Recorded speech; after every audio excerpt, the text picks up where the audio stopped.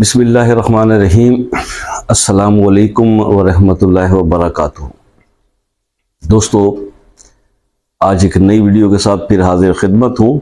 आज का हमारा टॉपिक है शुगर का रूहानी इलाज।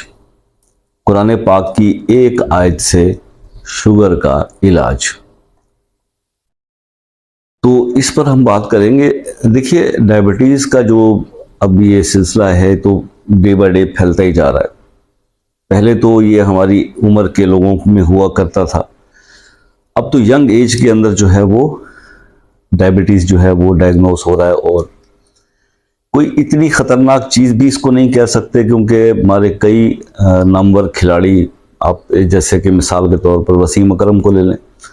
अपनी पीक के दौर में जब वो बिल्कुल फिट और मतलब कैप्टन थे पाकिस्तान टीम के, तब से वो डायबिटीज़ का शिकार हैं, लेकिन उन्होंने बहुत अच्छी क्रिकेट खेली और तब से वो इंसुलिन का इस्तेमाल कर रहे हैं।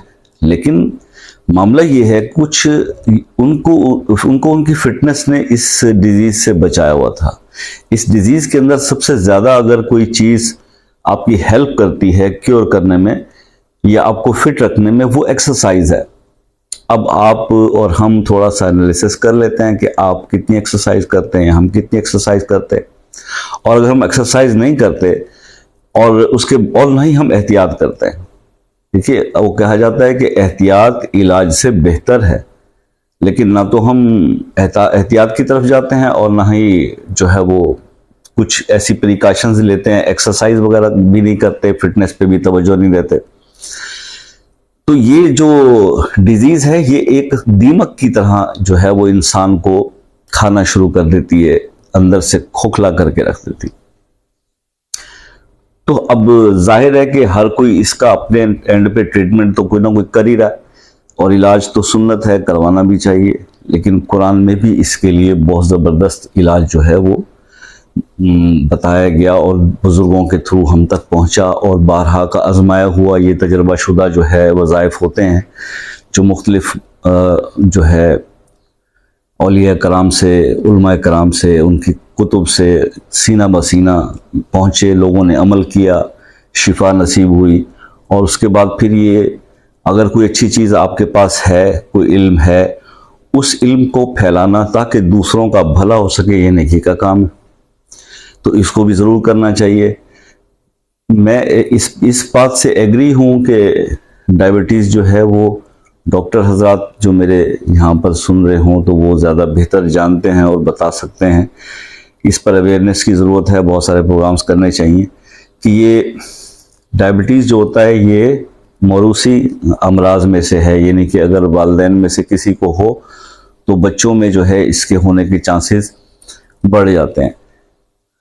एक जगह पे मैंने पढ़ा था, कुछ डॉक्टर्स अगर हों तो वो कमेंट्स में इसको करेक्ट करें कि एम आई राइट और रॉन्ग। बात ये है कि मैंने ये पढ़ा था कि अगर हम बहुत ही ज़्यादा यंग एज के अंदर, जो आजकल हमारे बच्चों का ट्रेंड चला हुआ है ना, वो मीठे को अवॉइड करना शुरू कर देते हैं। तो शुरुआत की उम्र में, यंग एज के अंदर, अगर आप अवॉइड करते हैं शुगर को, मतलब चीनी ना खाने से भी शुगर हो जाता है। रीज़न क्या है कि आपका जो पेंक्रियाज है वो इंसुलिन बनाना छोड़ देता है, क्योंकि उसकी ज़रूरत नहीं रहती, और आहिस्ता आहिस्ता वो अपना काम करना छोड़ता जाता है और इंसान डायबिटीज़ का शिकार हो जाता है। खैर, मैं कोई डॉक्टर तो हूँ नहीं कि मैं इस टेक्निकल चीज़ पे जाऊँ, लेकिन इशू क्योंकि यूँ है कि मेरे इनहेरिटेंस में ये डिजीज़ मौजूद है। ठीक है, मेरे बुज़ुर्गों में ये डिजीज़ जो है आम थी, हार्ट का भी, डायबिटीज़ का भी, ब्लड प्रेशर का भी, आर्थराइटिस का भी। लेकिन इन द एज ऑफ 50 मैं इनमें से किसी चीज़ से अभी तक मुतासिर नहीं हुआ। अल्लाह का करम है कि बचा हुआ। और उसमें सबसे बड़ी जो रीज़न मुझे समझ में आती है वो ये है कि फिक्र, परेशानी और गम, और ये डिप्रेशन और टेंशन, इन चीज़ों से थोड़ा सा बच के रहें।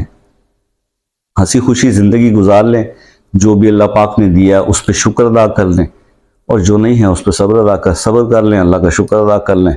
और अपनी ज़िंदगी की जो ये सांसें, जो बहुत कीमती चीज़ है लाइफ, जिसको लाइफ को हम बिल्कुल वेस्ट, एक फजूल चीज़ समझ के ज़ाया करते रहते हैं, तो मेरे मुझसे भी कम उम्र किस्म के जो मेरे दोस्त हैं, मेरे मुझसे कम उम्र हैं, तो वो भी मतलब टेंशन से मैं उनसे अक्सर जोक करता हूँ कि यार तुमने तो फिक्रें सारी उठा उठा के अपने बाल भी उड़ा दिए। तो मतलब यह है कि उससे क्या हो गया, क्या दुनिया बदल गई, हालात बदल गए, या वो टेंशनें ख़त्म हो गई? ऐसा नहीं होता। लेकिन जो ज़िंदगी मिली है इसको खुश होकर गुजारें, ये इसी ज़िंदगी का हम पर हक है। अल्लाह का शुक्र अदा करके जो अवेलेबल चीज़ें हैं उस पर जो है वो इंसान शुक्र अदा करे और अल्लाह ताला से अच्छा गुमान रखे और मामलात जो है उस पर छोड़े। जो हमारे बस में नहीं है तो उसके लिए परेशान क्या होना, ये ज़िंदगी का वो सीक्रेट है जो अगर समझ में आ जाए तो ज़िंदगी पुरसकून हो जाती है। वरना सारी ज़िंदगी पैसा पैसा पैसा करते करते कब्र में उतर जाना है, लेकिन हिस्स पूरी नहीं होनी, और फिर वो पैसा या वो सब कुछ कब्र के ऊपर ही रह जाना, अंदर कुछ नहीं जाना। चलें खैर, हम मेन मुद्दे पे आ जाते हैं। मैं आपको एक आयत बता देता हूँ, छोटा सा अमल है। सूरह शोरा, सूरह अश-शोरा ये कुरान पाक में है। इसकी 130 नंबर आयत, 130 आयत नंबर 130, और आयत जो है वो कुछ इस तरह से है, व इज़ा बतश्तुम जब्बारीन। ये सूरह शोरा की आयत नंबर 130। अच्छा, इसका करना क्या है ये भी थोड़ा सा समझ लीजिए। जब भी आप खाना खाएं, जब भी खाना खाएं, सीधे हाथ से खाना खाया जाता है।